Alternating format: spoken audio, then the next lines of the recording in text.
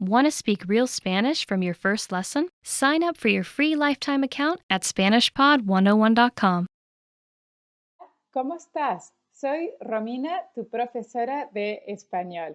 Hi, how are you? My name is Romina and I am your Spanish teacher for today's lesson. En la clase de hoy vamos a aprender qué es el objeto directo en español y cómo utilizar los pronombres de objeto directo.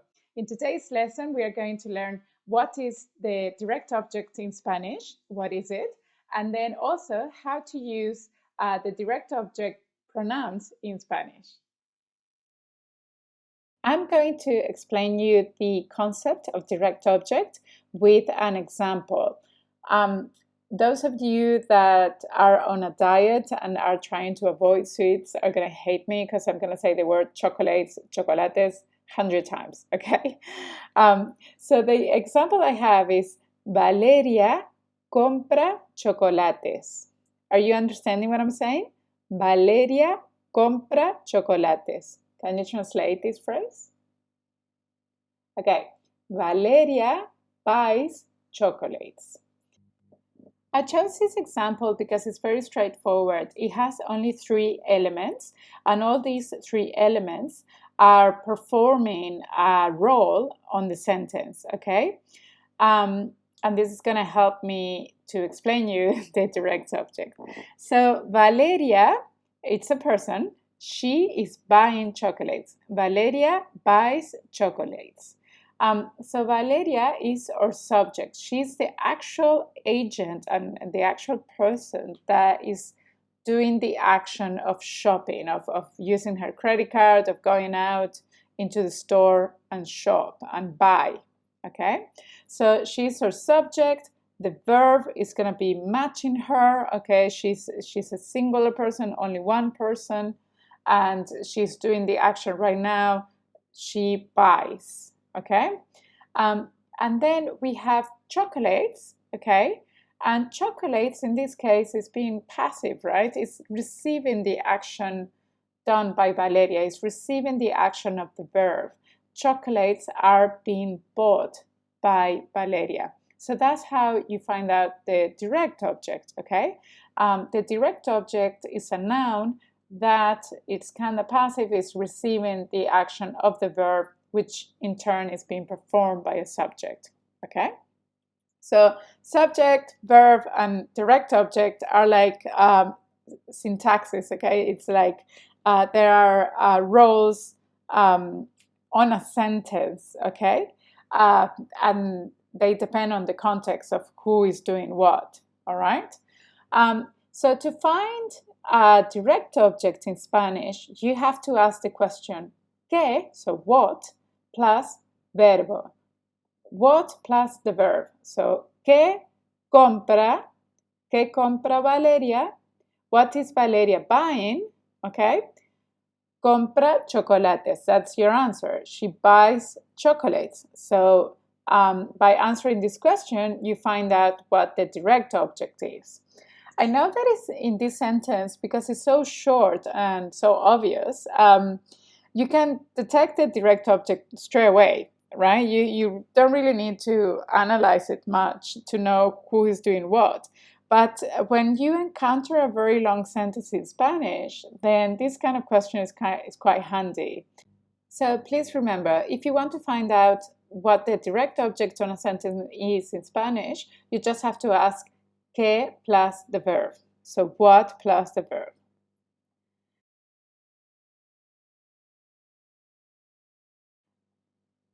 In the previous example, chocolates, it's a thing, right? An inanimate object.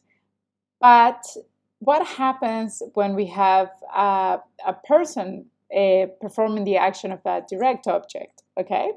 In that case, the question changes from qué to who, no, to quién or quiénes, if you're talking in plural. Quién singular, quiénes plural. Because we are talking about a person, you can say qué, right? That's for objects. Just like in English, you can't ask what when you're referring to a person, you have to say who or whom, right? So the other thing in Spanish that you have to be mindful of when you're using the direct object for a person is that it has to be preceded by the preposition a, okay? Which is quite good because it helps you to recognize the direct objects in Spanish. So I'm going to give you an example. Valeria llama a Fernanda. Valeria llama a Fernanda. How do you translate this example? Valeria calls Fernanda, or Valeria is calling Fernanda. Calls is calling Fernanda to Fernanda, right? Okay, so basically, again, we have Valeria performing an action of picking up her phone or shouting, and shouting or calling is the verb, llama. And then we have Fernanda, who is simply receiving the action of being called, okay? Her phone is ringing, okay? So she is the direct object. So when you ask the question, you have to include this preposition as well. You have to say, ¿a quién llama? Okay? ¿A quién llama? If you're asking the question to find out the direct object, you have to include the preposition. ¿A quién llama Valeria? Llama a Fernanda.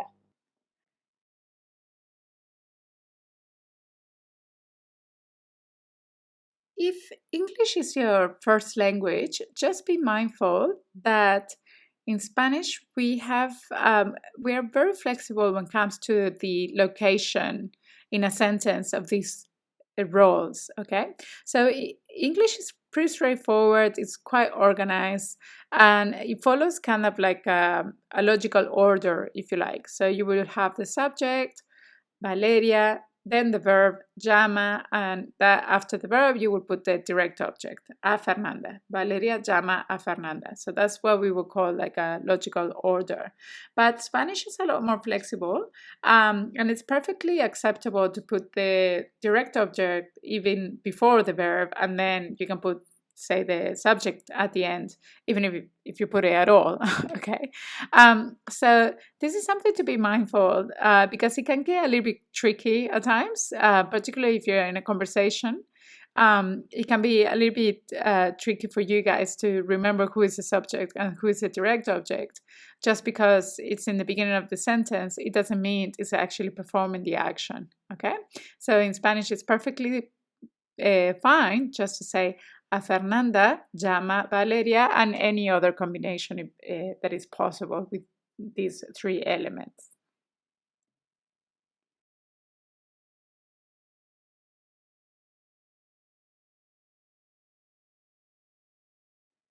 Yeah, so that's the direct object. We now are going to learn the pronouns for direct object. So you already know the pronouns for subject, okay? So you have yo, tú, vos, usted, él, ella, nosotros, nosotras, blah, blah, blah.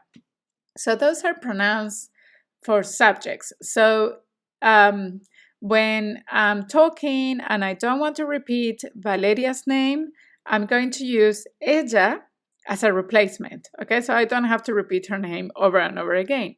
So because Valeria is performing an action, then I'm gonna use the pronouns for subjects. Okay, but in the case of Fernanda, I will need a direct object pronoun, okay, if I don't want to keep on repeating her name, okay? So on screen at the moment, you have the direct object pronouns in Spanish. So for the first person singular, so that will be yo, I'm going to be using me. For tú, I'm going to use te. Same thing for the other version of tú that we use in Argentina.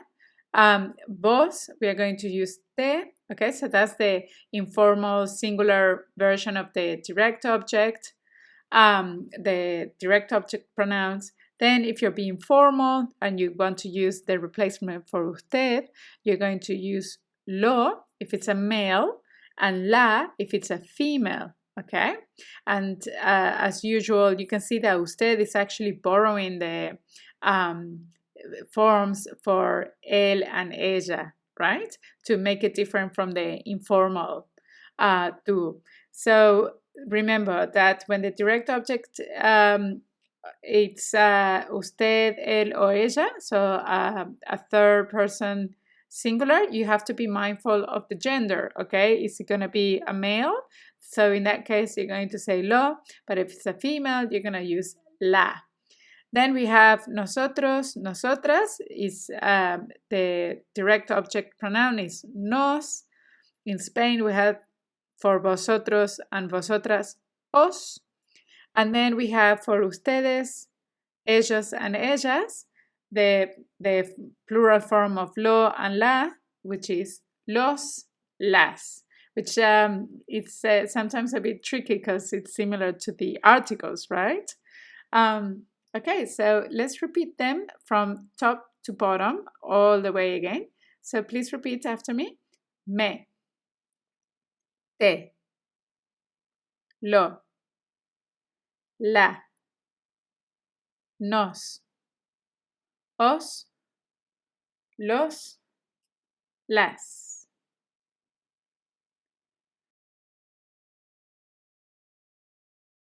Bien. So it's very important that you take your time and you memorize these direct object pronouns. They're pretty easy. As I was saying before, if I don't want to repeat these girls' names, okay, every time I'm saying Valeria llama a Fernanda, instead of saying Valeria, I'm going to replace Valeria with a subject pronoun, right? So I'm going to say ella. And then I'm going to replace a Fernanda with a direct object pronoun. And because Fernanda is a singular and it's a third person, okay, grammatically speaking, she's a third person, singular, and she's a female, I'm going to replace it by la, the direct object pronoun, la. So I'm going to say ella la llama. And just remember as well that in Spanish, ella is just an option. You can decide not to even use the subject at all, and I could just perfectly say la llama. I could just put the direct object pronoun and then the verb, okay? I can just say la llama. In English, we also have direct object pronouns, right? It's him, her, me, that sort of stuff, right? So in our example, we will be saying ella la llama. In English is she. She is replacing Valeria. And we're using she because it's a subject. It's performing an action. It's an active role. And then calls is the verb. Her is replacing Fernanda, and we are not saying she, we are using her because it's the direct object, the function of the direct object, and therefore I'm going to use a direct object pronoun. She calls her.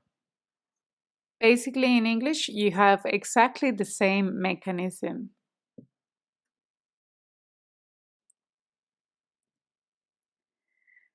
So in the example, you probably noticed that when we replace the noun with the personal, with the direct object pronoun, we are placing it before the verb, okay?